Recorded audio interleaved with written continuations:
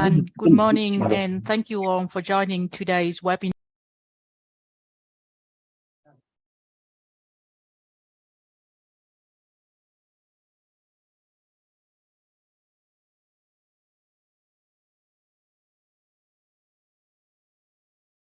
And thank you all for joining today's webinar on bamboo for carbon neutrality in rural areas, new pathways for carbon reduction and low carbon development in World Heritage Sites. This is a parallel session jointly organized by UNESCO and the International Bamboo and Rattan Organization, and also the third session of UNESCO's New Horizons of Heritage Conservation webinar series. My name is Dương Bích Hanh, Program Specialist for Culture of UNESCO Beijing Office. This year, 2022, marks the 50th anniversary of UNESCO's Convention concerning the protection of the world cultural and natural heritage, also known as the World Heritage Convention. UNESCO is celebrating this important occasion through a global initiative called The Next 50, World Heritage as a source of humanity, resilience, and innovation, to encourage reflections on the future of heritage and how it could contribute to sustainable development. In response to this global initiative, UNESCO Beijing Office launched the New Horizons of Heritage Conservation webinar series this May within the framework of the UNESCO China Youth Development Foundation Mercedes-Benz Star Fund Conservation and Management of World Heritage Sites in China project, with an aim to join heritage administrators, researchers, local communities, private sectors, and youth to generate new ideas and share good practices on issues of emerging relevance to heritage conservation, such as new media communication, tourism, education, climate change, etc. We have since successfully organized 2 webinars in the series, one in May on communicating heritage values through new media, and one in September on World Heritage Education in global and local contexts, the role of sustainable tourism.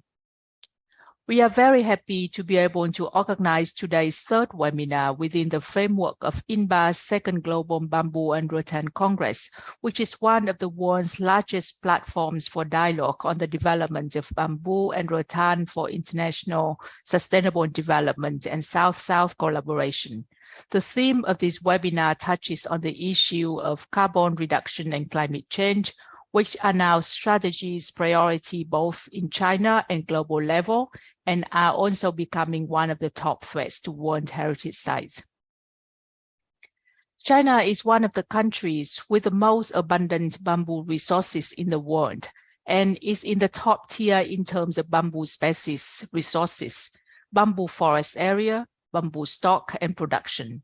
So today, we bring together stakeholders to address how bamboo contributes to mitigating climate change, thus playing a role in China's effort in attaining the double carbon targets, carbon peaking by 2030, and carbon neutrality by 2060, and how it helps communities in and around World Heritage Sites to adapt to climate change.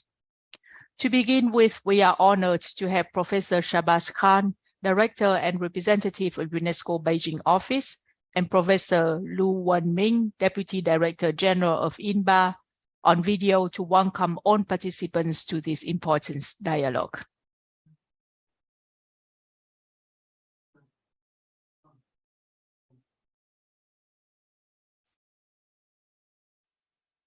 Dear Professor Lu, Deputy Director General of INBAR, distinguished experts, dear participants and audience on-site and online. A very good morning and thank you for joining today's parallel session at 2022 Global Bamboo and Rattan Congress, BARC, on bamboo for carbon neutrality in rural areas, new pathways for carbon reduction and low carbon development in World Heritage Sites. I would like to extend my heartfelt appreciation to the International Bamboo and Rattan Organization for co-organizing this session and for providing this important global platform of BRC to promote green development towards achieving the United Nations Sustainable Development Goals. This session is also part of UNESCO's New Horizons of Heritage Conservation webinar series, which is ongoing since May this year in celebration of the 50th anniversary of UNESCO's Convention concerning the protection of the world cultural and natural heritage. Ladies and gentlemen, within UNESCO's global celebratory initiative of the Next 50, we convene thinkers across disciplines to discuss on the future of world heritage as a source of humanity, resilience, and innovation. Carbon reduction is at the heart of the global response to climate change, which is one of the most pressing development issues that the world is facing today. World heritage properties are affected by the impacts of climate change at present and will be in the future as well. In today's seminar, we will focus on sharing good practices and experiences in carbon reduction and low carbon development at World Heritage Sites, and in particular, those that involve creative utilization of bamboo, which is a potent resource in carbon sequestration, as well as it is a widely accessible material for construction, daily life, and handicrafts. China is home to approximately 1/3 of the world's bamboo forests, a significant proportion of which spans across China's World Heritage Sites and other protected areas. These bamboo resources harbor options to mitigate and adapt to climate change through the ecosystem benefits that they provide and the carbon that is stored within them. Today, we are glad to bring together experts in the fields of biodiversity, culture, bamboo, and tourism, as well as heritage site managers are here who are involved in conservation, heritage education, and cultural economy development. We need an interdisciplinary conversation on carbon reduction and low carbon development, and it can help raise awareness for civil society on sustainable development and, very importantly, rural revitalization. We hope that the good experiences shared by the experts and speakers today will become an inspiration for protected site managers and communities who can continue to draw upon the many valuable benefits that bamboo can give us to protect the environment as well as to improve the local livelihoods. I would also like to acknowledge a great number of submissions that organizations and individuals around the country have sent to us as part of the call for case studies on bamboo for carbon neutrality in rural areas, innovation and practices in carbon reduction, and low carbon development in and around World Heritage Sites. This was launched in August 2022. We cannot include all of these good practices here in this short session. However, I'm looking forward to disseminating them in other future sessions in the coming months, as well as throughout our publications, communication materials, as well as linking with the policy initiatives. I sincerely thank all experts and heritage site managers for contributing to the dialogue today and into future, and for all the audience across the internet, as well as through your presence here in the forum. This is certainly going to be a very, very fruitful session. Thank you very much. 尊敬的联合国教科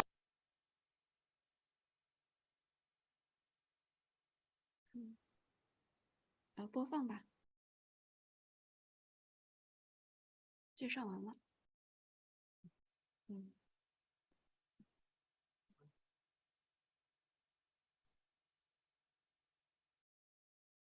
文组织驻华代表夏哲汉教授。 Distinguished experts, esteemed scholars, officials, ladies and gentlemen, good morning. Thank you very much for participating in today's event, which is co-organized by UNESCO and INBAR. Today, the theme is bamboo for carbon neutrality in rural areas, new pathways for carbon reduction and low carbon development in World Heritage Sites. Together, we'll discuss how bamboo can help realize the development goal and sustainable management in World Heritage Sites and green economy. On behalf of the INBAR, I would like to extend a warm welcome to all of you.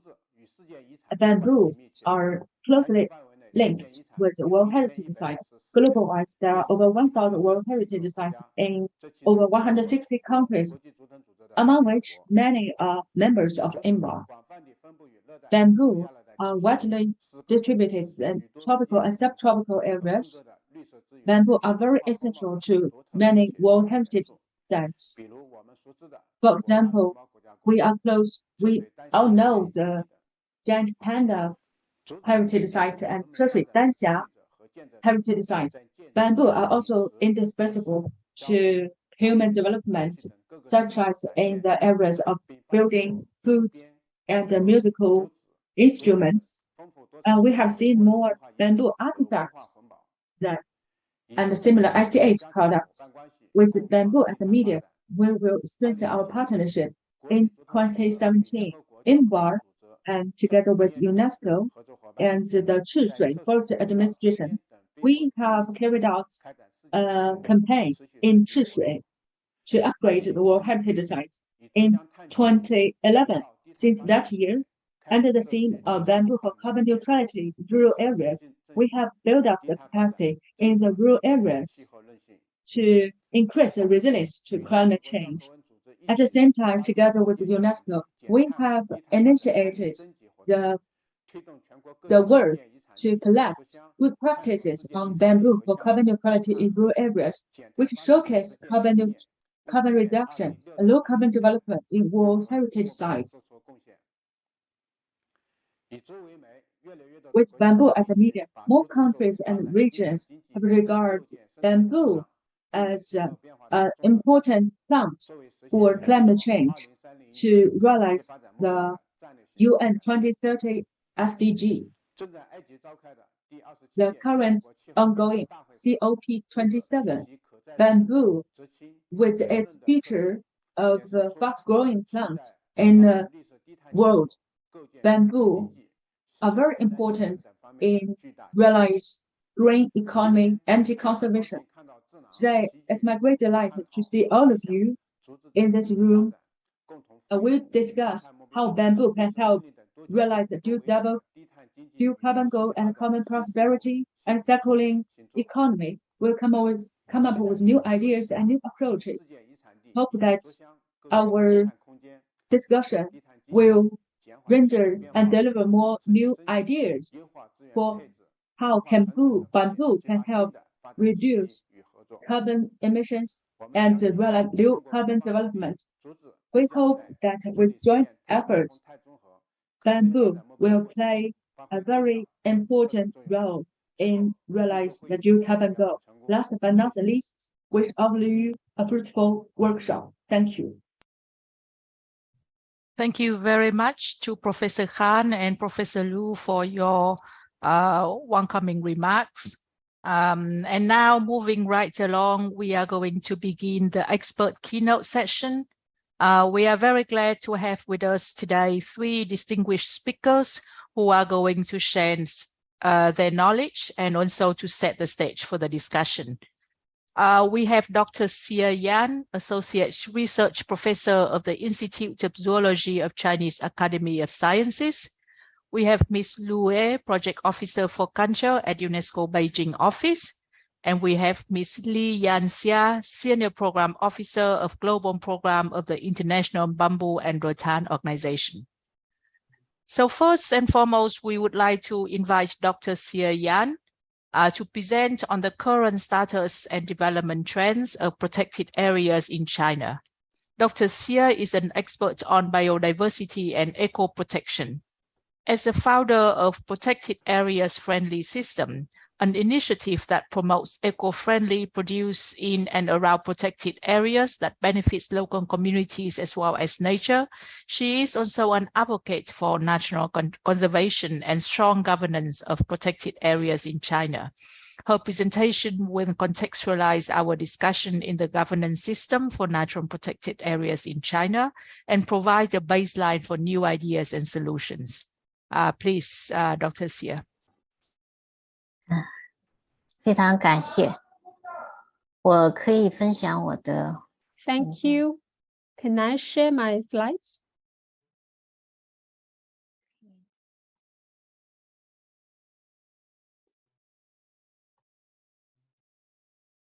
Okay. Thank you very much. Thank you. 我的今天的讲座的题目叫中国三宝地的现状 The topic of my presentation is the current status and future of China's natural conservation. And I would like to introduce you from the following aspects. 中国的自然保护地体系经过60多年的这个发展 And over 60 years of development, China's nature reserves can be 第一个阶段 better protected. And I divide the protection stage into 4 stages. The first stage is the independent development of various nature reserves. So from 1956, when the first group of nature reserves were established, now we have over 12,000 nature reserves covering about 18% of the total land area in China. And for the nature reserves, we have over 10 types, including the nature protection area, scenic spots, forest park, national wetland parks, national geological park, the water conservancy scenic spots, and the ocean park, the natural protection small areas. And for different types of nature reserves, they have different management methods, and the planning was developed by responsible management authorities. And we can see on the right map, it shows the different nature reserves. And during the stage of independent development, there are some problems. First, different departments establish their own plans, and there is a lack of overall planning. And we also lack a unified supervision. And the Ministry of Environmental Protection is responsible for the national nature reserve, but for other nature reserves, different departments are responsible for the management. So for the same region, actually, there are different types of nature reserves, and the different management types and the different management methods will cause contradictions, and the level of management of nature reserves are also different. And for different nature reserves, now we have transitioned from the independent development stage to the unified management stage. And actually, the transition period started from 2013, when the government proposed the national park system and went through several policies. In 2017, the government, the Ministry of Natural Resources, established the overall plan for establishing the national park system, thus unifying the management of all the nature reserves. So the national actions and the policies transformed the management of nature reserves from the independent development stage to the unified development stage. So we created a unique unified management system in China. There are 3 parts, and the authorities include the national park. It is the main body for the management, and the nature reserve is the foundation, and the natural parks are the supplements, and they have different functions. The 3 different entities undertake different roles. National park is a main body, the nature reserve, the nature protected area is the foundation, and the natural park is a supplement. And if we compare with the internationally recognized IUCN 7 categories, we will see that the Chinese management system is quite simple. It simplifies the 7 categories of IUCN.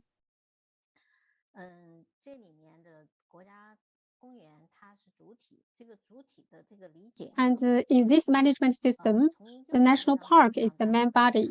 From the map on the right-hand side, we can see the blocks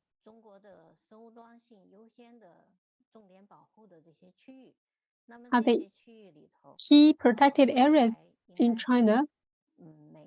And in the future, each area, there are altogether 35 blocks or areas. And for each area, there is at least one national park. So through this protection, we aim to effectively protect the biodiversity, and the natural protected area is the foundation. It is quite flexible. Where there is a need for protecting the biodiversity, we can establish the natural protected area, and we can protect the water resources, tourism resources, wetlands, etc.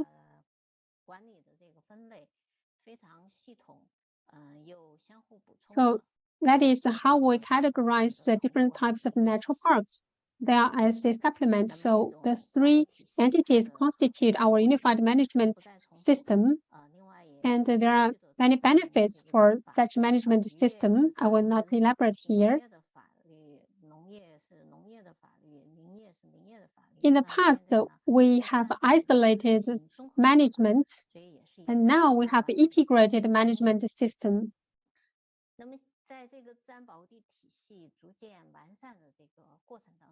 In the process of improving our natural protected area management system, we identify that the biggest problem is the natural protected area and the surrounding areas, the conflict between the two different areas.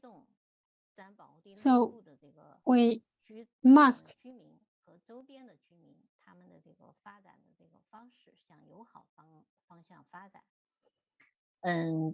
enable the residents within the natural protected area and the residents in the surrounding area to establish friendly relationship.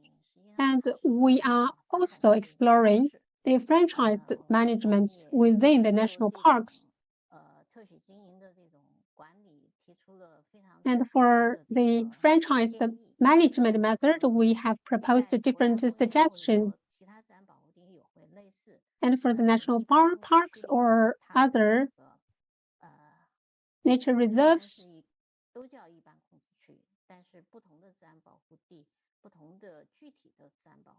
different natural protected areas should have their specific zoning and management measures, and which will be combined with the franchised management.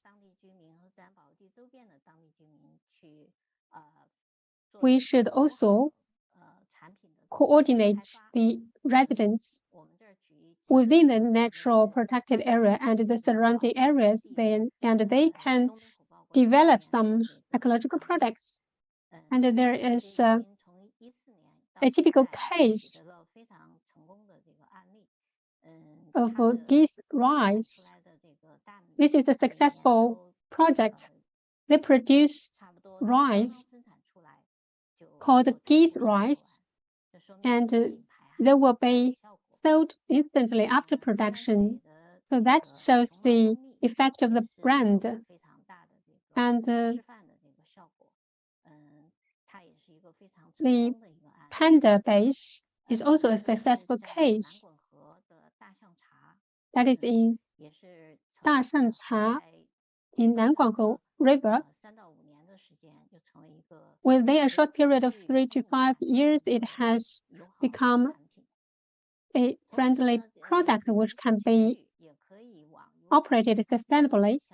And for some areas, we can promote the friendly development. For example, we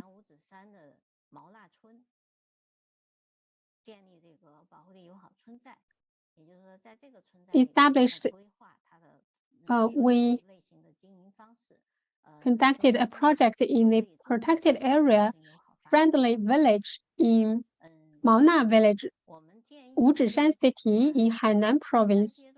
We suggest that during the third stage of the friendly development between the natural protected area and the surrounding area, we suggest that we establish a friendly area surrounding the natural protected area.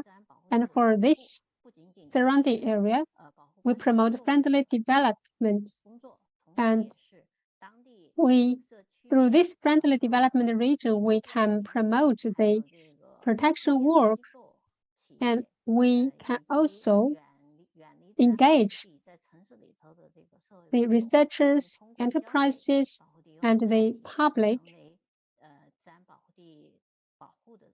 in the protection of the natural protected area through purchasing some ecologically friendly products. Many products have been sold to overseas countries, and they also become famous brands and receive some eco-friendly certification. They can also combine with the natural protected system and receive support from such systems.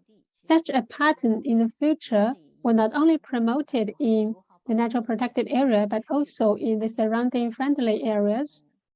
This will greatly expand the area we aim to protect. In the future, for the natural protected area, we aim to maintain our long-term survival and development of the PRC. So now the current natural protected area are where we have a great demand for biodiversity, but in the future we will have more considerations on the human settlement in the city, and we will develop the natural protected area based on the human needs. And for some areas with a low level of biodiversity, we can protect such regions, and they can be an important system for protecting biodiversity. So the fourth stage is a stage where we center on building a community of shared future for mankind, so as to maintain the ecological guarantee system for the long-term survival and development of humans, and we need a process. So now the first stage, that is the independent development stage, has already ended. Now we are implementing the integrated management stage, and we are attempting to transform to the stage where we develop the friendly surrounding area around the natural protected area. And our future goal is to establish the natural protected area system to meet the demand of all people. Thank you. Thank you very much, Dr. Xie, for giving us the overall picture of the protected areas in China, and at the same time also give us some very concrete example on how nature and human can really work together for the better livelihood of everyone, and also for the protection of nature. So next, I would like to invite Ms. Lue to present on climate change, world heritage, and sustainable livelihood. Ms. Lu has been working on the world heritage conservation and sustainable development related issues for over a decade, and her presentation will provide an overview of UNESCO's stance and ongoing interventions on these highly relevant subjects. Over to you, Ms. Lu. Thanks, Han, for giving the floor.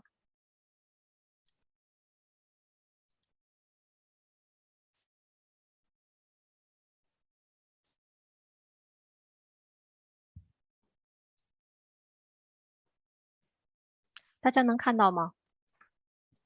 可以看到。好，可以的，麻烦您全屏一下，老师。Would you put it in a larger 现在是一个全屏的模式。 scale? 老师，您需要关一下演讲者模式，谢谢。稍等。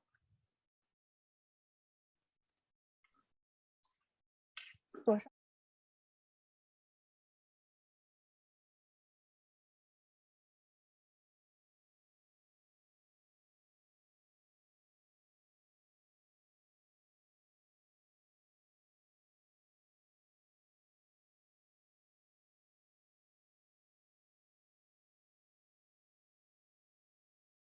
各位领导，各位老师， Distinguished officials, esteemed teachers, good morning. Today, I would like to share with you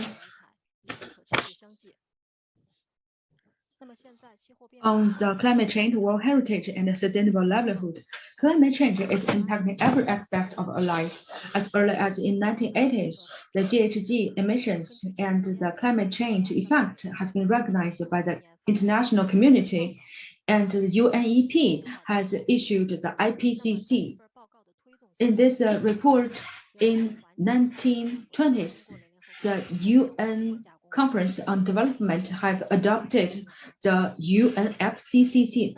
Right now, there are 189 parties to that UNFCCC.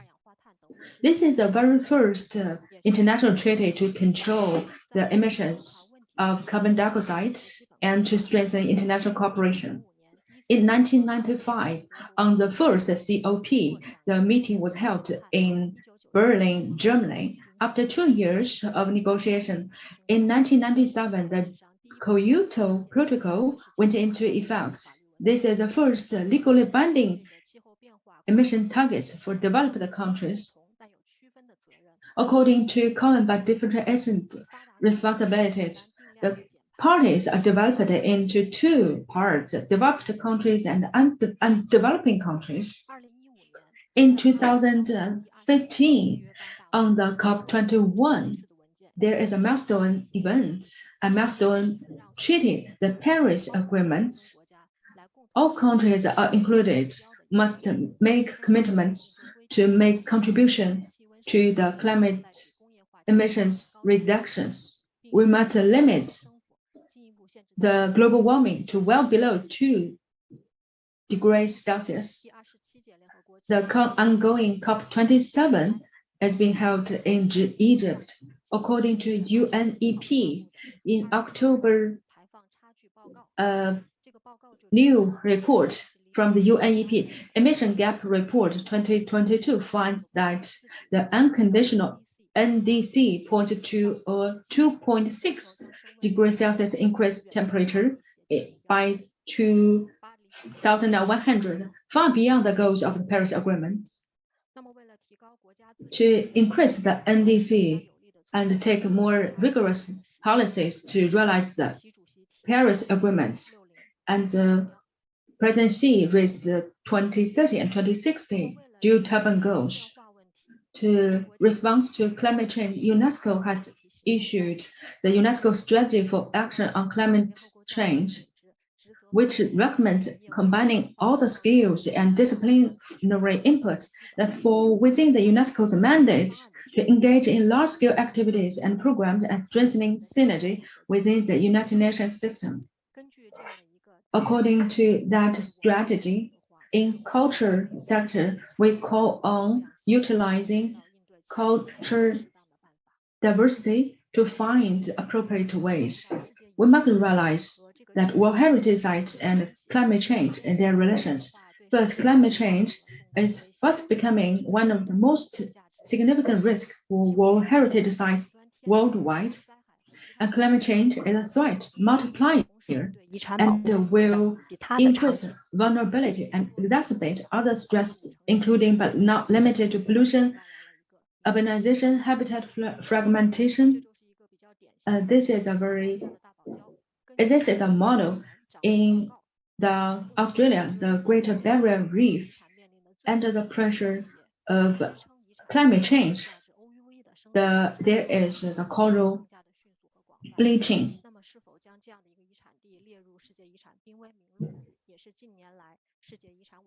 And we are considering how to improve the situation in the Greater Barrier situation.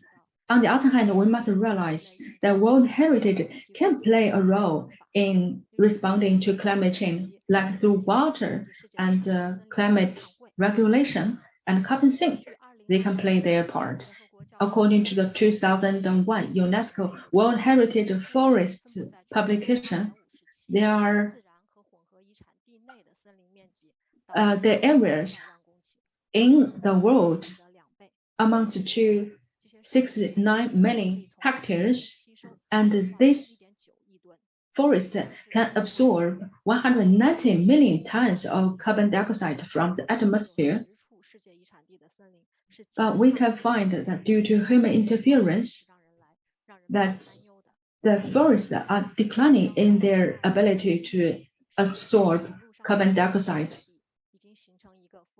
As of January 2021, marine sites on the World Heritage List have grown into a global network of 50 unique ocean places across 37 nations, and 21 were specially recognized for their blue carbon ecosystem.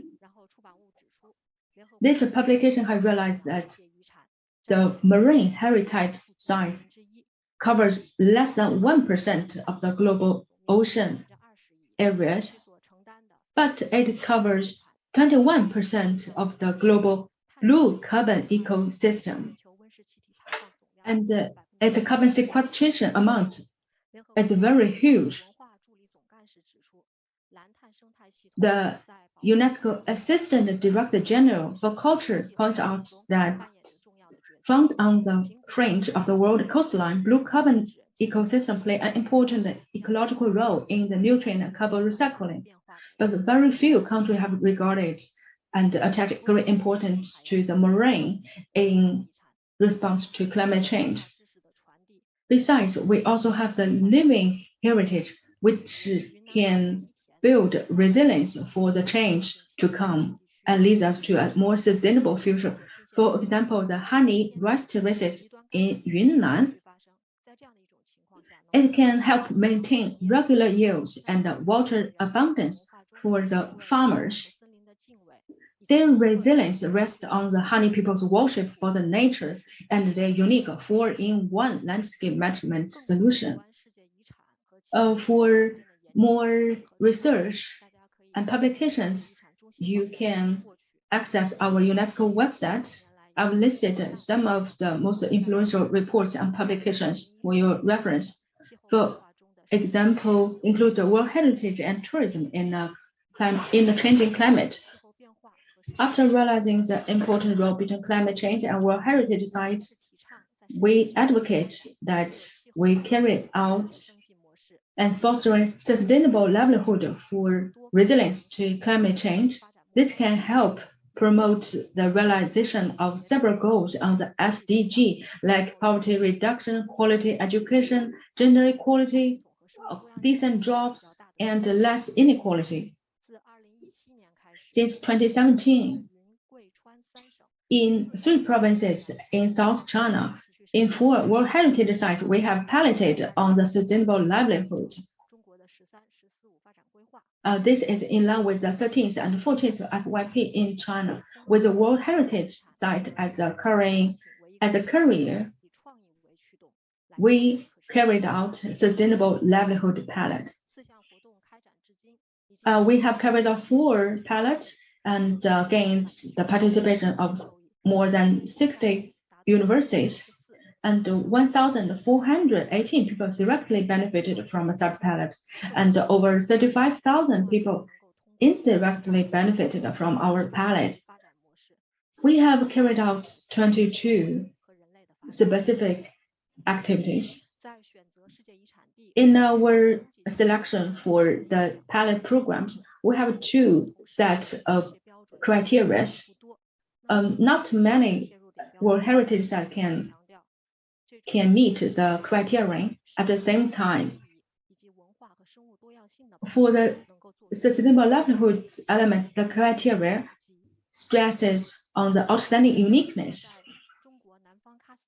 In in Nan province, we have carried out standing embroidery sustainable livelihood. And also in Fanjingshan, we have carried out Miao embroidery sustainable livelihood pilot.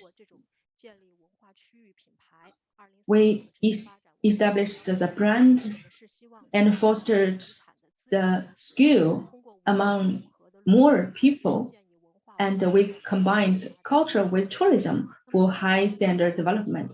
In Sichuan, for the giant tiger habitat, we fostered beekeeping in this habitat.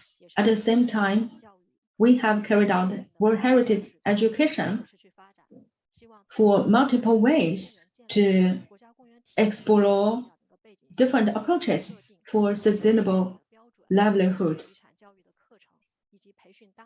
We hope that we can come up with standards for what is sustainable livelihood. In the bamboo, in Chishui, we have carried out pilot on bamboo handicraft sustainable livelihood. We worked with INBAR and the Chishui Forest Administration, and the project can improve the capacity building and bamboo handicrafts, supports bamboo-related industry development, and undertake a pilot action to reduce carbon and deliver on low carbon development in this area.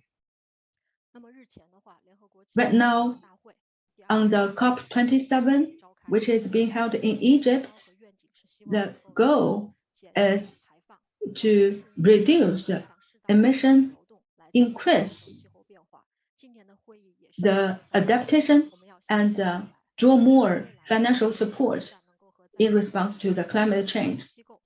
Down the road, we hope we can have more in-depth cooperation with the participants of today's event and attain the dual carbon targets, the Paris Agreement, and the 2030 SDG agenda. Will make our contribution. Thank you very much. Thank you very much, Ms. Lu, for connecting the discussion to the global level and also for sharing with us some very exciting projects that promoting culture-based green economy at the World Heritage Sites in China. To on the audience, in the interest of time, we are not going to have a separate Q&A question and answer session. But if you have any burning questions, please feel free to pop it in the question and answer box on Zoom. Unfortunately, this function only works for those who are joining our Zoom event. And then later, perhaps if we have time, then speakers can address them. So finally, last but not least, we would like to invite Ms. Li Yanxia to present on achieving the double carbon targets through bamboo at World Heritage Sites. Ms. Li, also the focal point of UNESCO's Bamboo for Carbon Neutrality in Rural Areas in China pilot activity in Chishui. Her presentation will introduce the unique and powerful role of bamboo resources in steering World Heritage Sites toward low carbon modes of sustainable development. Over to you, Ms. Li. Thank you very much, and 各位专家，各位老师们，大家好。Distinguished experts. Good morning. I'm very glad to give you a presentation and exchange with you how to promote the double carbon targets through bamboo at World Heritage Sites. My presentation includes 3 parts. The first part is about climate change. And just now, Lu Yan has introduced us the major policy framework on climate at the global scale. And according to the latest report, in 2021, the global greenhouse gas emissions continue to increase. And CO2 emissions has reached 150% of the pre-industrial level. That is over 400 ppm. And for methane, and N2O, their emission level has far exceeded the pre-industrial levels. So, in fact, the climate change matters everyone's well-being, production, and life. As individuals, we can feel the impact of climate change. The global average temperature has increased about 1.11 Celsius degree, and from the chart on my slide shows the global average temperature from 1850. The global average temperature is increasing, and the sea level is also increasing at a rate of 4.5 millimeters per year. And with the greenhouse emissions, the ocean will absorb 23% of CO2 into the ocean. So it will lead to ocean acidification, and it will affect the fishery industry. And everyone will also feel the high temperature weather. For example, the extreme heat this year, and people need to buy air conditioner or ice to cool themselves. And with the temperature rise, some extreme fires will occur. For example, the major fire occurring in Australia, and the droughts also frequently occur. So at the global scale, no matter at the national level or for individuals, a comprehensive carbon neutrality target is very urgent mission. Over 110 countries have committed for carbon neutrality. If we want to realize the goal in Paris Agreement, we must cut the global emissions by 2030 compared with 2010 levels. That means that each person in every aspect, every social economy must make concerted efforts. UN General Secretary Guterres Antonio mentioned that if we adopt the nature-based solutions, it will provide 1/3 of the net reductions in greenhouse gas emissions required to meet the goals of the Paris Agreement. Nature itself can provide us ways to reduce the emissions at the global scale. And from the World Heritage Sites perspective, we have over 1,000 World Heritage Sites across the globe, and including the intangible World Heritage. Most of the bamboo resources actually are mainly distributed in the World Heritage Sites. And the intangible cultural heritage, there are 17 World Bamboo-related intangible cultural heritage and 47 China National Bamboo-related international cultural heritages. In the second part, I would like to introduce you how can we achieve carbon target through bamboo. Bamboo as a resource. Bamboo is a nature-based solution. It will promote carbon neutrality target from 5 aspects. The first aspect is that bamboo is a fast-growing plant and forest resource. Through fast growing, it will effectively fix the CO2 and transform into the biological carbon. And the forest ecosystem, no matter above the ground or in the soil, it will store the solid carbon. For each hectare of bamboo forest, it will fix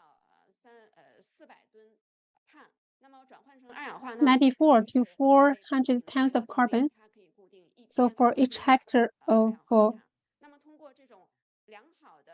bamboo forest, it will fix 1,000 tons of CO2. So for the bamboo forests which can be sustainably operate, it will fix the carbon at a higher speed and more sustainably. And each year we can harvest and cut the bamboos and produce different bamboo products.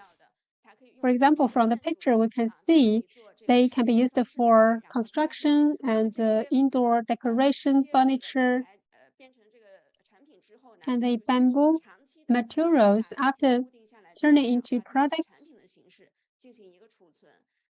And in this way, they will store the carbon previously fixed. So each year, the carbon fixation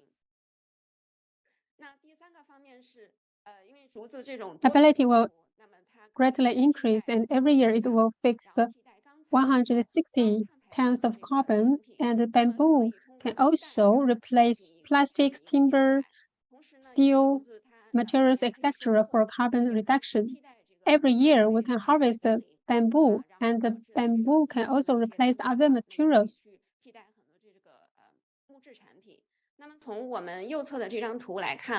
From the chart on the right hand, we can see the bamboo products. For example, the bamboo panels compared with plastics, timber, cement, or steel materials as a commonly construction materials. Actually, bamboo has great advantages in terms of production, utilization, and bearing. From the whole life cycle, bamboo products have great advantages in reducing carbon emission, reducing carbon emission and reduce carbon and promote low carbon development. And the fourth aspect is that we can promote the bamboo-based circular economy and reutilize the raw materials. And we can also have some circular design so as to achieve very satisfactory emission reduction effect. In the past, we may have a one-off utilization, but if we use for many times, if we use in a recycled way, we can have a better utilization of the raw materials, and this will achieve good effect in carbon reduction. And some experts pointed out that the circular economy can make 50% of contribution to the carbon reduction. And the fifth aspect is that we can also develop carbon trade and the carbon finance. For example, the carbon fixed by bamboos with a certain standard can form some credit lines of carbon and help the carbon reduction enterprises to compensate for carbon quota. And last year, the market of carbon trading has reached over $800 billion. And for the EU emission trading scheme, it accounts for 90% of the global value. It is the largest greenhouse gas emission trading scheme. For each ton of carbon, the price has reached 85 euros, which is doubled of last year. And at the global scale, we have many financing mechanisms to promote the carbon trade. For example, the Green Fund, the Global Environment Fund, and the excuse me, Ms. Lee, I think the organizer, could you please, I think the live footage is double. Do we hear two Chinese voices? I just don't want to affect the quality of the presentation. But for the Chinese, everything's okay? Yeah, for the Chinese, it's okay. Oh, okay. Yeah. So I'm sorry. Yeah, because for the English, we hear a few different voices. Yes. Please go ahead, Ms. Lee. Yeah. Okay. Sorry for the interruption. Yeah. Okay, thank you.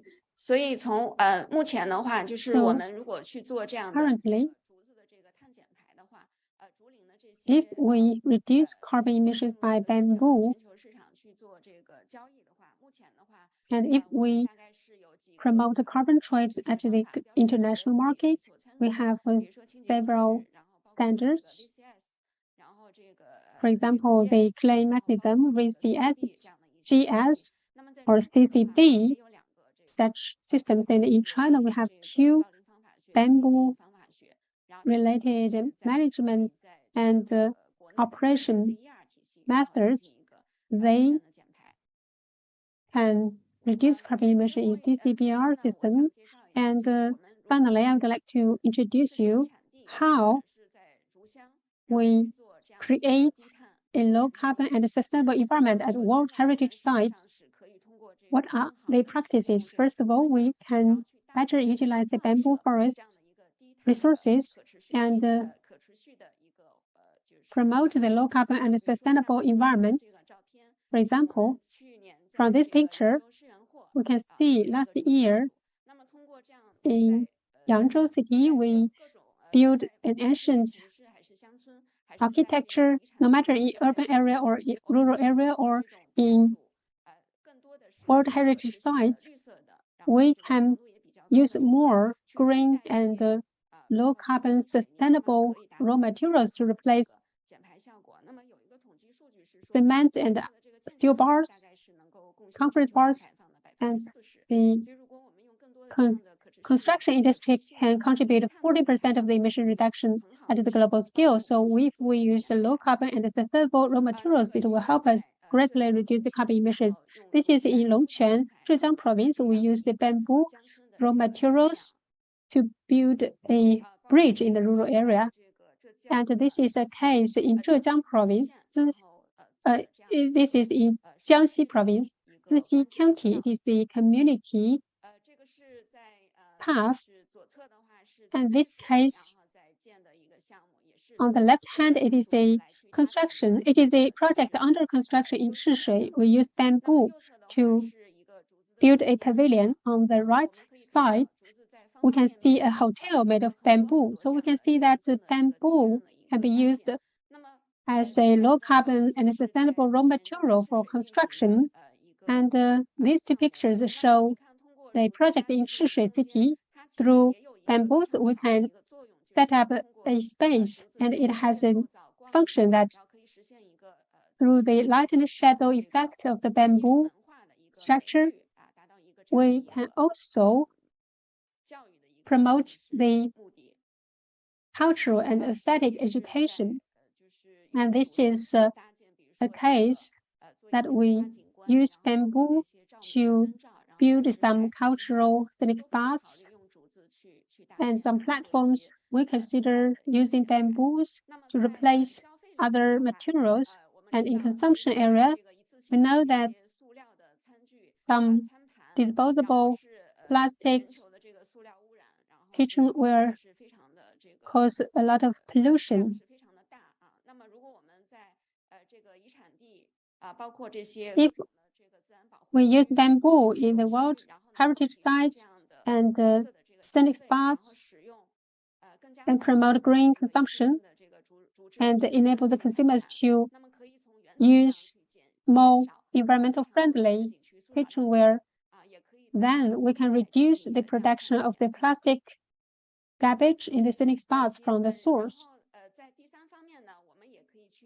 And in the third aspect, we can also develop some low carbon cultural tourism products. In this way, we can better promote the economic development in the communities and help the communities to respond to climate change. We are very glad to work together with UNESCO and under the Mercedes-Benz Youth Fund framework, we carry out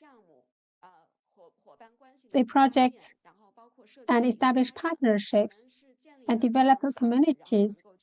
And in this way, we can better adapt to the climate change and promote the adaptation, resilience, and partnership. So in the future, with the changing environment, we will improve the resilience and adaptivity.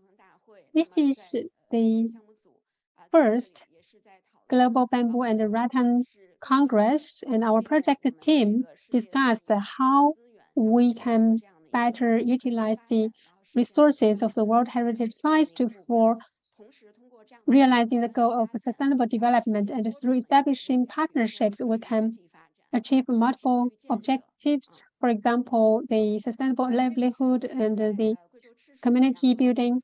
And this is in Shishui City in Guizhou province, and we help the successors of the communities to learn the skills of bamboo production. And many Chinese have found jobs in enterprises, and they increased their income. So this will help the succession of the intangible cultural heritage. Finally, I would like to thank you, all of you, and I hope that we can continue our discussion. Thank you. Thank you very much, Ms. Li, for showing us many ways that we can use bamboo to protect nature, to protect World Heritage Sites, but then also overall to contribute to the community livelihood, and also to safeguard on this cultural diversity and abundance of knowledge and skills that the communities have been transmitting from one generation to the next. So with this, we are finishing the expert keynote session. I would like to thank again all the three distinguished speakers for their valuable insights. And now I would like to hand over to Professor Zhang Zhaozi, Professor of School of Tourism Management, Sun Yat-sen University, holder of UNESCO Chair on Sustainable Tourism at UNESCO Designated Sites. Professor Zhang will moderate the roundtable discussion, Pathways for Carbon Reduction and Low Carbon Development in World Heritage Sites. So over to you, Professor Zhang. Hi, thank you, John. Okay. 好，各位嘉宾、各位代表，那么我们现在进入这个 Distinguished experts, let's go to the roundtable discussion. Today we are very honored that we have with us 4 panelists. They are from Sichuan Forestry Grassland Administration, Mr. Zhang, and Guizhou Chishui Forestry Administration, Mr. Liao, and another panelist, the Jiuzhaigou Administration, Du Jie, and from the Madam Fang Yuan from the Huangshan Mixed World Heritage Monitoring Center. First, we'll give the floor to Zhang Liming, Mr. Zhang Liming. Right now, he's otherwise engaged, and he recorded his messages to share his report. Would you please play the recorded video?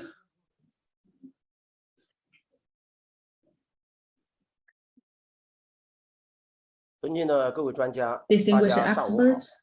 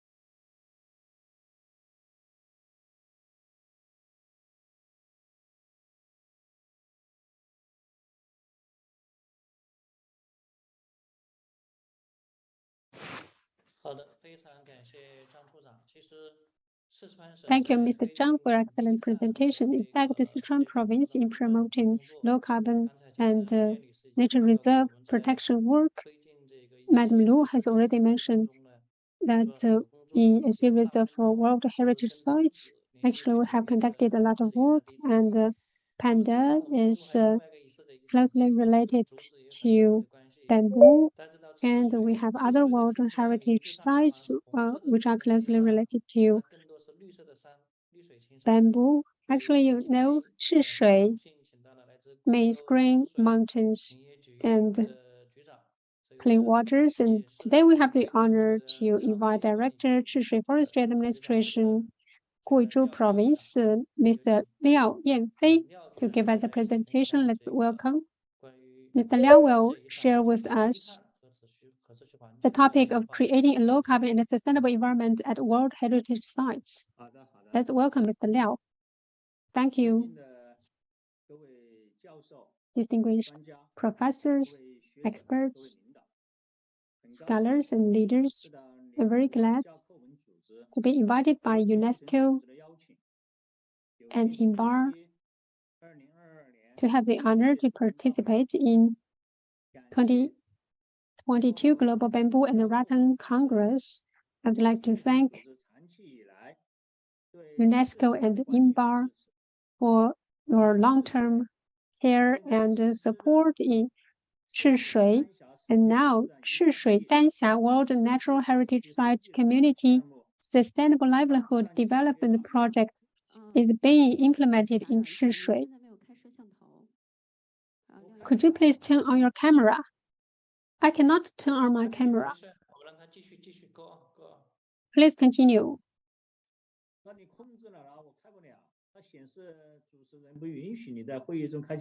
I cannot turn on my camera. Could you please share your presentation slides? Can you see my slides? Could you see my slides?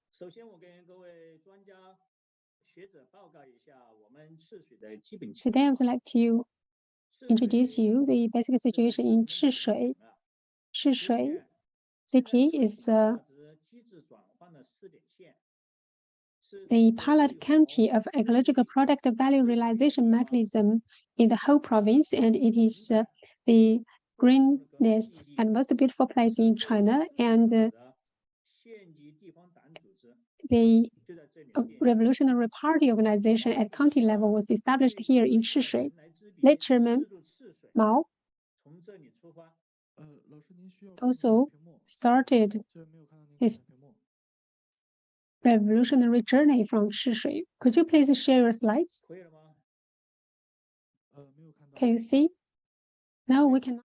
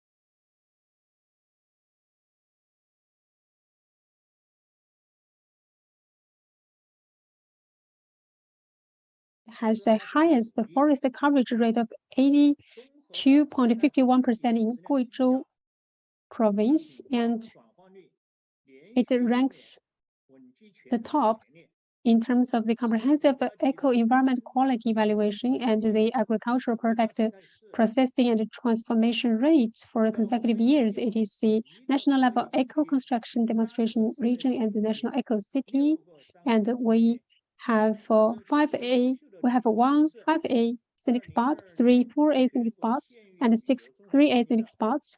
And It is China's excellent tourist city and one of the top 100 counties with comprehensive tourism strength.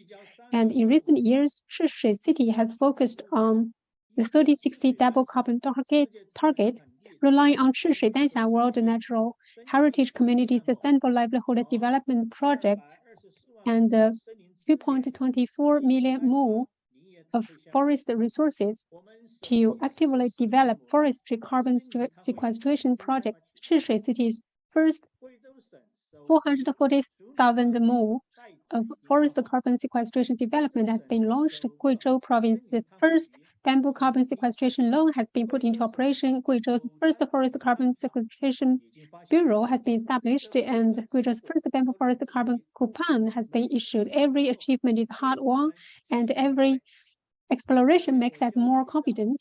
And the next century around how Zhishui promote the sustainable environment.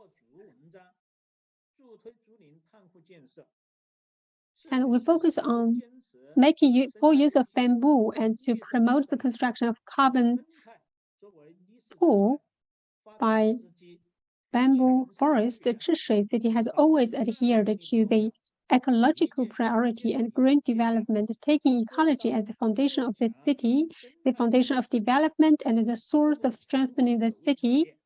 And we emphasize the recycling use of the ecological bamboos and make full use of bamboos. Through 20 years of efforts, the bamboo forest area has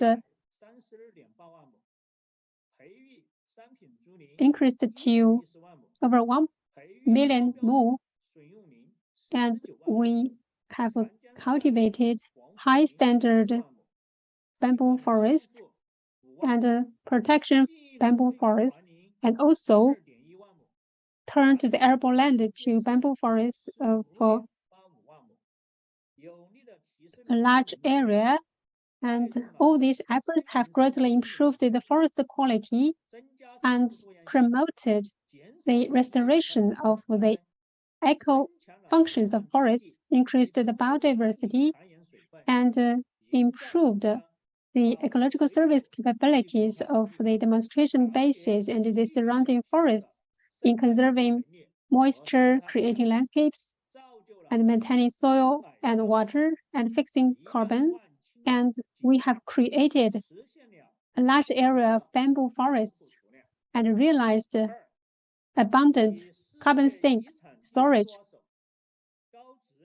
And with World Heritage sites as our opportunity, we greatly promoted the carbon sink development with high quality. Danxia in China is composed of 6 series of Danxia landform, including Danxia Mountain in Guangdong Province, Jianglanshan Mountain in Zhejiang Province, Longhushan Mountain in Jiangxi Province, etc. And Zhishui Danxia National Geological Park is located in Zhishui City in Guizhou Province, and it is the largest area of Danxia landform. And the World Heritage Site in Zhishui City, Guizhou Province, has established a project by the UNESCO, and they will establish the training centers to provide training to people and effectively solve the employment issues. And the intangible heritage has been passed on, and they also solved the problem of utilizing bamboo materials and also improved the cycle of the carbon fixation of the bamboo materials. Zhishui City always adhered to the priority of political responsibility of eco construction and environmental protection. In 2020, Zhishui was identified as one of the 5 counties in Guizhou Province to realize the value realization mechanism of ecological projects. products. In September 2022, Chishui City took the lead in establishing a Forest Carbon Sink Management Bureau in Guizhou Province. In October 2022. The first carbon forest carbon coupon in Guizhou Province, Zhishui Dansha carbon coupon, was successfully issued. In the 5 years period from 2016 to 2020, 1.04 million tons of carbon were fixed, and 200,000 tons of carbon emissions were reduced with a value of 50 million RMB. And at the conference of issuing Zhishui Dansha carbon coupon, the organizers, groups, enterprises, authorities purchase the Dansha carbon coupon to realize the goal of the carbon neutrality. And the purpose is to create a Zhishui model for green mountains and lucid waters are invaluable assets, and we hope to provide our Zhishui experience and play an active role in building the ecological civilization areas. And in this process, UNESCO and INBAR has provided great support to us. We are committed to creating a sustainable and a low-carbon environment. Ladies and gentlemen, Dansha is so beautiful, and it has a great bamboo forests which attract a large number of guests. And if you come here, you will not want to live here, and you can relax your body and your soul. You are warmly welcome to come to Zhishui and visit the Dansha landforms and taste bamboo shoots. I wait in Zhishui for you. Thank you.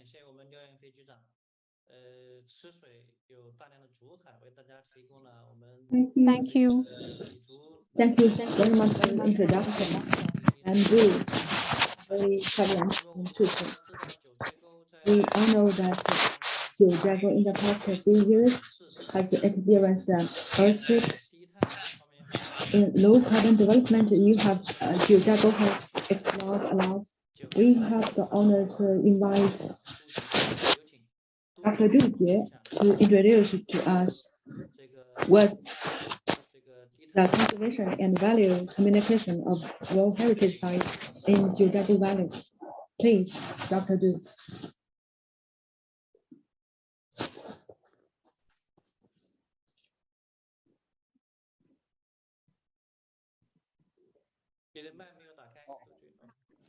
Unmute yourself. You share your screen. It goes there.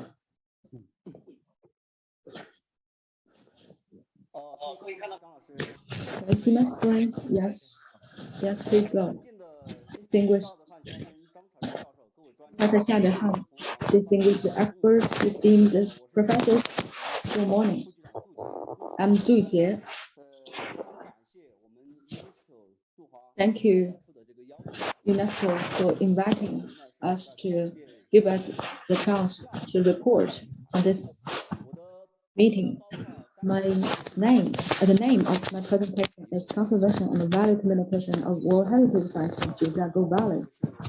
There are 3 parts in my introduction. First is general introduction, second is value protection, and third is value communication. First, Jiuzhaigou is located in the Mingshan Mountains. INBAR, Qiang ethnic group, autonomous prefecture. In 1992, Jiuzhaigou Valley was inscribed into the World Heritage List. This Jiuzhaigou area covers an area of 720 square kilometers, including 27 heritage sites. Besides, there are an area of 600 square meters of buffer zone.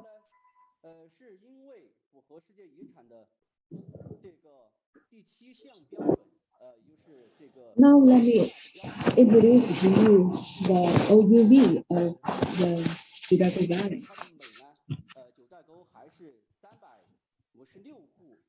Jidago is an area with top natural phenomena or extraordinary natural beauty and aesthetic value. And Jidago is also the home and homeland to 1,425 Tibetan people, and Jidago is the habitat for 3,600 fauna and flora species. Jidago has experienced a long development history. In 1992, it officially became a World Heritage Site. After over decades of development, Jidago has changed from a little-known remote valley to a world-renowned tourist attraction. Second is the value protection. Over the years, in terms of value conservation, we have done our own exploration. I'm sorry to interrupt. Right now, you are in a speaker's mode. Please change the display mode. In the upper left, there is a setting, and then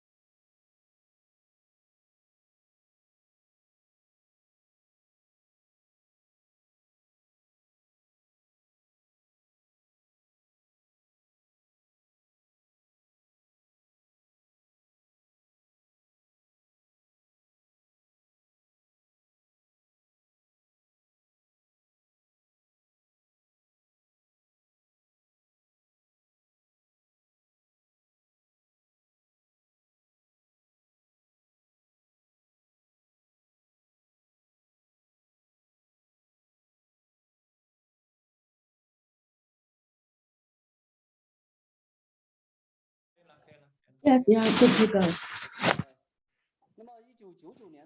In the year 1999, Jidago is the first to roll out sightseeing bus, banning the entering of all private cars. In 2000, we established the first tourist center in the valley. In 2001, we rolled out a plan to travel within the valley and stay without the valley.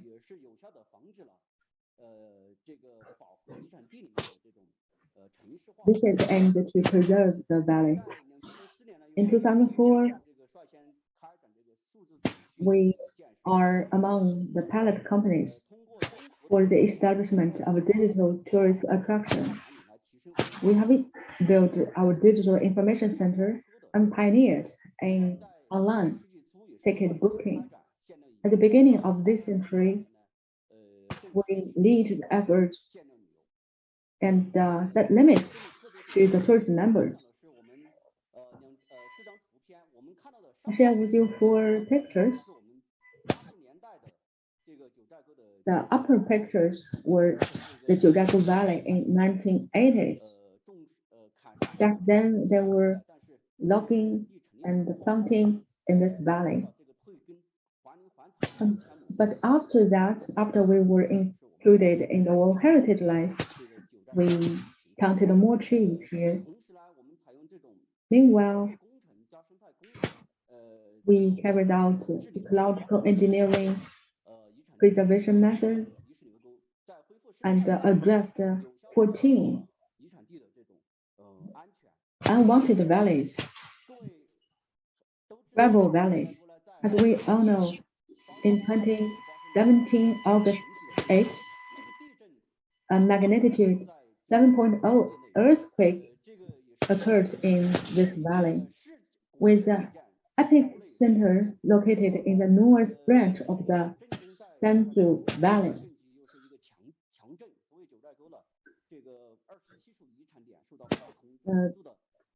27 heritage sites have been damaged to varying degrees. After the earthquake, we adopted natural restoration and biological restoration with artificial treatment and engineering measures as the supporting measures. 1,113 hectares of earthquake-damaged forest land were cleared, and 270,000 trees were planted. After the earthquake, because the epicenter is located in the valley,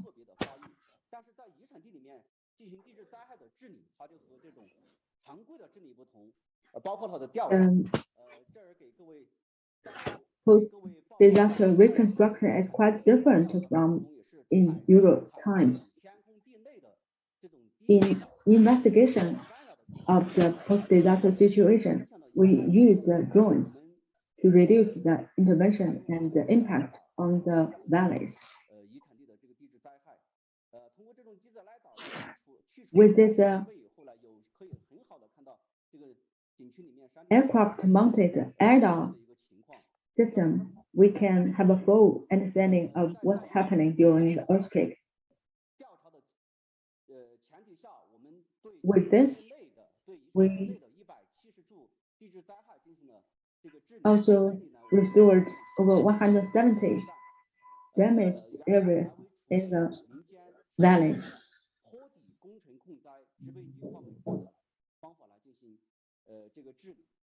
We adopt the most natural method in our restoring efforts. For the high-value areas, we have used self-developed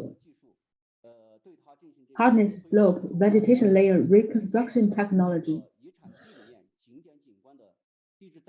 to best protect the valley. In this process, our capacity for carbon sequestration has been improved and enhanced.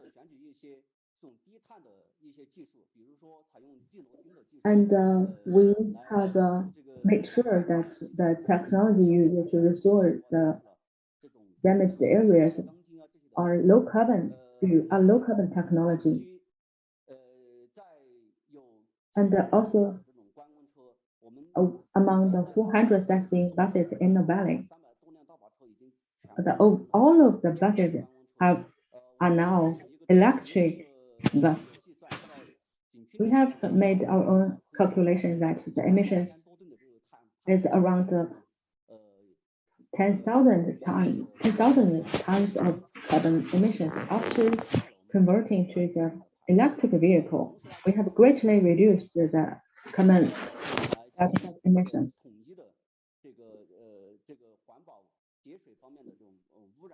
At the same time, we have adopted the vacuum negative pressure toilet. Third, I'd like to share with you how we spread the value of the Jiuzhaigou Valley. First is the scientific research. Jiuzhaigou is a very good international platform. Back in 2016, we worked and signed a contract with the Central University, California University, and Yosemite National Park. And jointly, we have established the International Joint Lab on Jiuzhaigou Valley Ecological Environment and Sustainable Development.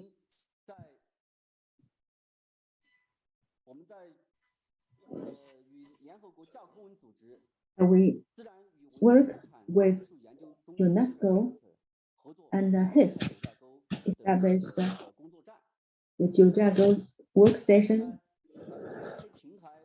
On these platforms and centers on low carbon development, we have reached preliminary risk findings in terms of vegetation restoration and resilience to climate change.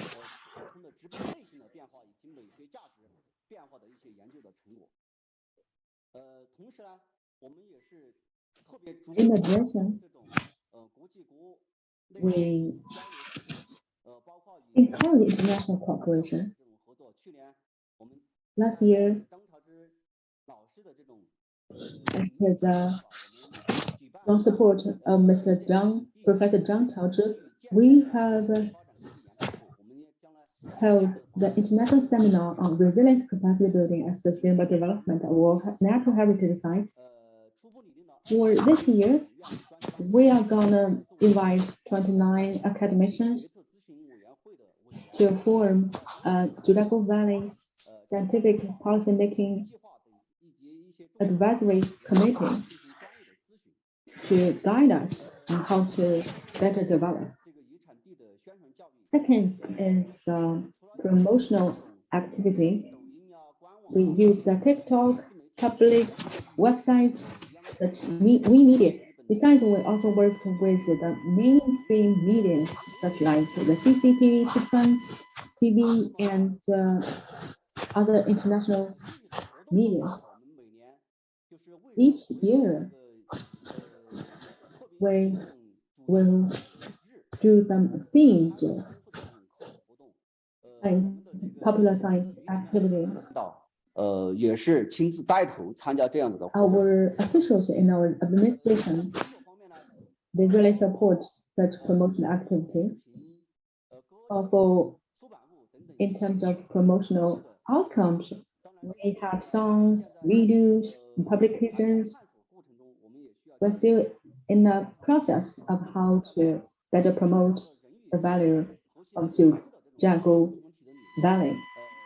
Down the road, we'll respect the nature, follow the nature, and protect the nature.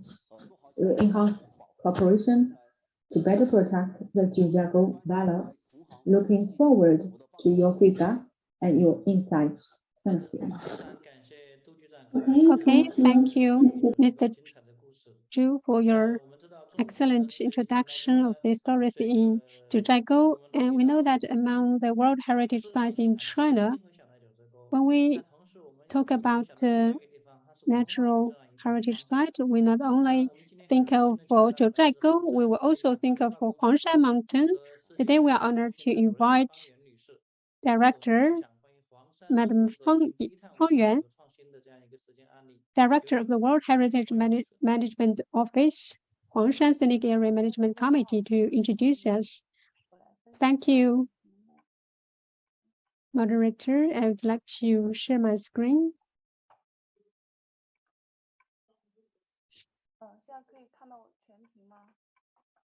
Can you see my screen? On the right bottom corner, you click play. Okay, we can see your screen. Good noon. I will accelerate my presentation. The topic of my presentation is innovation and practices in low-carbon cultural tourism at World Heritage Site. And first of all, I would like to introduce you Huangshan Mountain, and it is located in South Anhui Province. It has an area of 160.6 square kilometers. So for the heritage site planned area, it is one of the natural protected areas with World Heritage Sites, the World Geological Park, and the World Biosphere Protection Area. And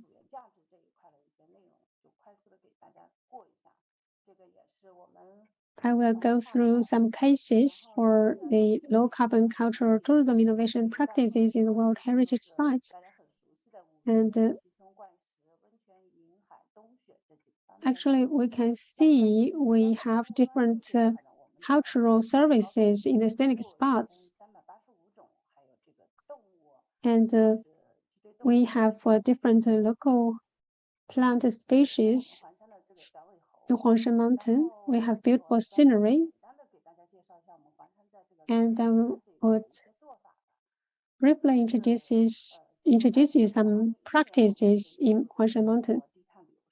In 2011, we are listed as a demonstration area for low-carbon development.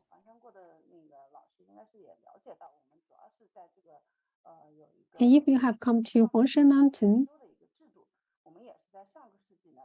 you would know that we have a rotation farming system in Tianzhongfeng Mountain and the Liuhafeng Mountain. We have a rotation tourism system. And through this system, we found that the eco-environment has greatly been improved. And our practice has become a typical case for the ecologically friendly tourism and biodiversity protection. I will not elaborate here. In the future, if I have opportunity, I will specifically introduce you. In terms of eco-environment, we have some related measures. For example, we develop different tourism services on the mountain and at the foot of the mountain based on the different characteristics. And we also implement the project of relocating the office area and the life facilities. We also build green hotels and prohibit the products that cause negative impact on the environment. And we also limit the capacity of tourism. And we will have a flexible adjustment based on the real conditions.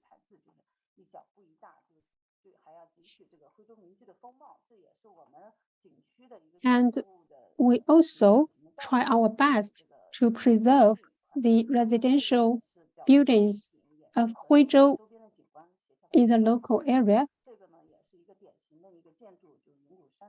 This is a typical building on the mountain with distinctive local characteristics. And we also use solar energy. And in the infrastructure, such as monitoring system, we utilize solar energy. We also forbid the tourist vehicles to go to the mountain. We provide the eco-friendly buses, shuttle buses, and the private cars are not allowed to enter into the scenic spots. And for green mobility, we advocate green consumption. We advocate the tourists to participate in the green mobility and green travel, green consumption to reduce the production of tourism garbage. And we also develop some supermarkets that tourists can gain credits if they bring their garbage away and in exchange for awards. And next, I would like to share with you a case that is a supermarket for the tourists.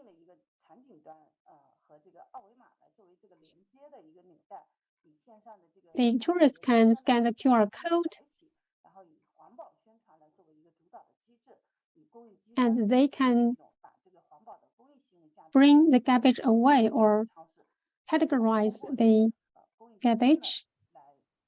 And the supermarket is actually an online supermarket, a virtual supermarket. There are several features. There is no physical store.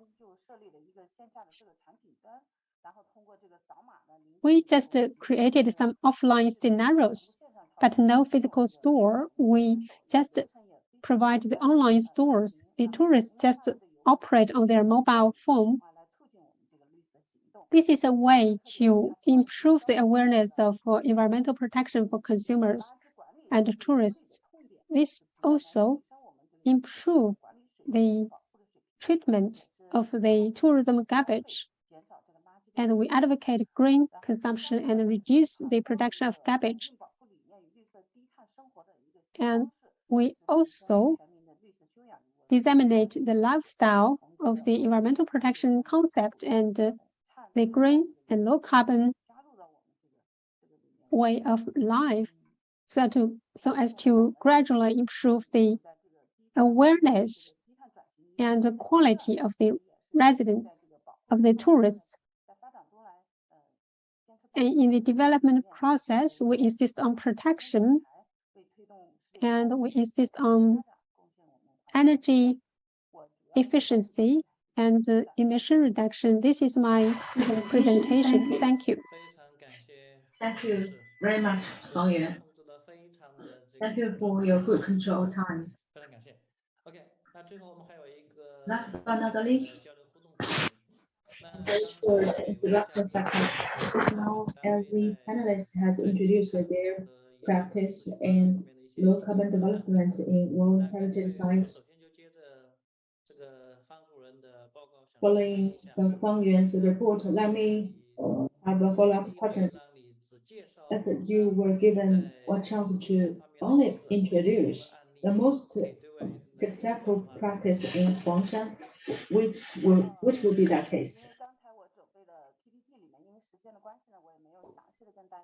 In the time of interest, I didn't spend a lot of time in introducing the practice of low carbon development. We have a successful practice in low carbon development.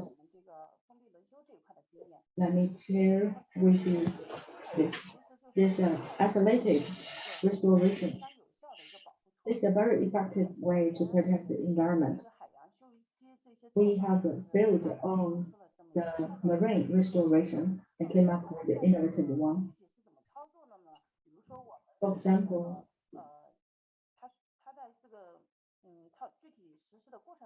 in the implementation, we have proposed 3 standards how to isolate a place when the 3 criteria are met, and what's amendment during isolation, and what role will be carried out after the isolation. We have formed 3 provincial level standards, and in our work, we strictly follow the standard.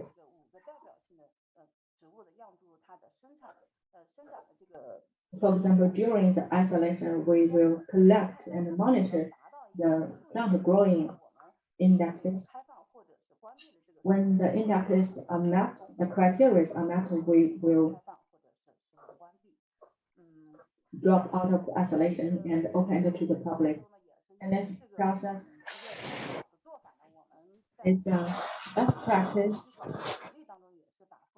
have been included in our Huangshan Mountain Administration Regulation.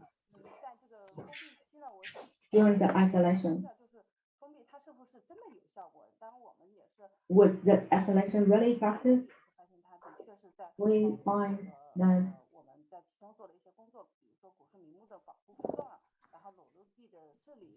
in addressing the exposed land and soils, we compared the result before isolation and after isolation. Several indexes have been enhanced and improved. That would be my answer. Thank you. Thank you, Director Fang. Huangshan's practice can be further replicated, and when to isolate, how to isolate, when will the isolation be dropped. Just now, Dr. Du has talked about the Jiuzhaigou Valley. What is the most important measure in Jiuzhaigou Valley protection? I want to say the science-based management. This provides approved key to the protection of our heritage sites. For example, in the post-disaster reconstruction, first we did scientific research and carry out long-term monitoring with feedback And this Rattan method has helped us a lot in improving the resilience of the Geographical Valley. This is a common sense among workers at Geographical Valley. Thank you. 好的，谢谢陆局。Thank you. 真的，我所认识到的九寨沟真的是 Geographical Valley, I know they prioritize science research and they combine science research with the 那下面廖局长， Director Liu, are you still with us? 廖局还在不在？ Director Liu, are you still with us? 好的，那如果廖局不在 Okay. 现场的话， He's not with us anymore. So we conclude the roundtable discussion. 我们就把 In the interest of time, we give all the sharing, we give the QA after the session. Then we have invited the most top-level World Heritage Sites to share with us their best practices. I think you must be gaining a lot from today's 下面有请这个 session. Miss Young, is your floor. Thank you. Thank you very much, Professor Zhang. Thank you, a great thank you again to all the experts, to all the one.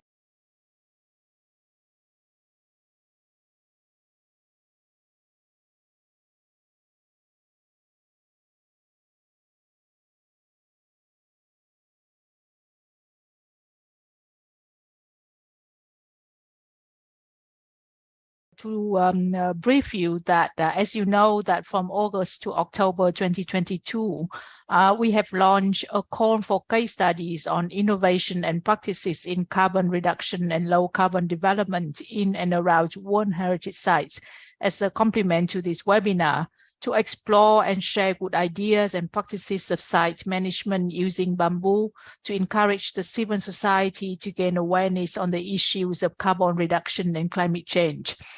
And by the time of this closing of the call, we have received in total 89 submissions, including narrative case studies and proposals, visual designs, mobile applications, creative product designs, photography, video productions, drawing, a very wide range of media, which shows the breadth of the public participation.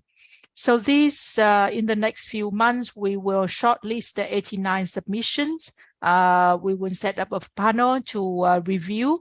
The panel will comprise of 6 to 7 experts with diverse backgrounds based on criteria that we have set out in the call, which are creativity, practicality, adaptability, and viability. So the final list will be approved by our director and will be announced through the official WeChat and website of UNESCO Beijing office. And the selected cases would also be invited to join a special roundtable session planned tentatively on the 22nd of April 2023 to celebrate the World Earth Day.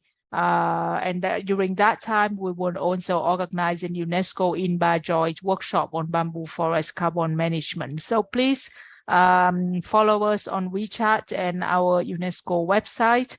And please join us for our future events. We look forward to stay in touch. Thank you very much on the speakers and on the participants, and thank you very much, INBAR, for your great collaboration. And I wish everyone a great afternoon. Thank you.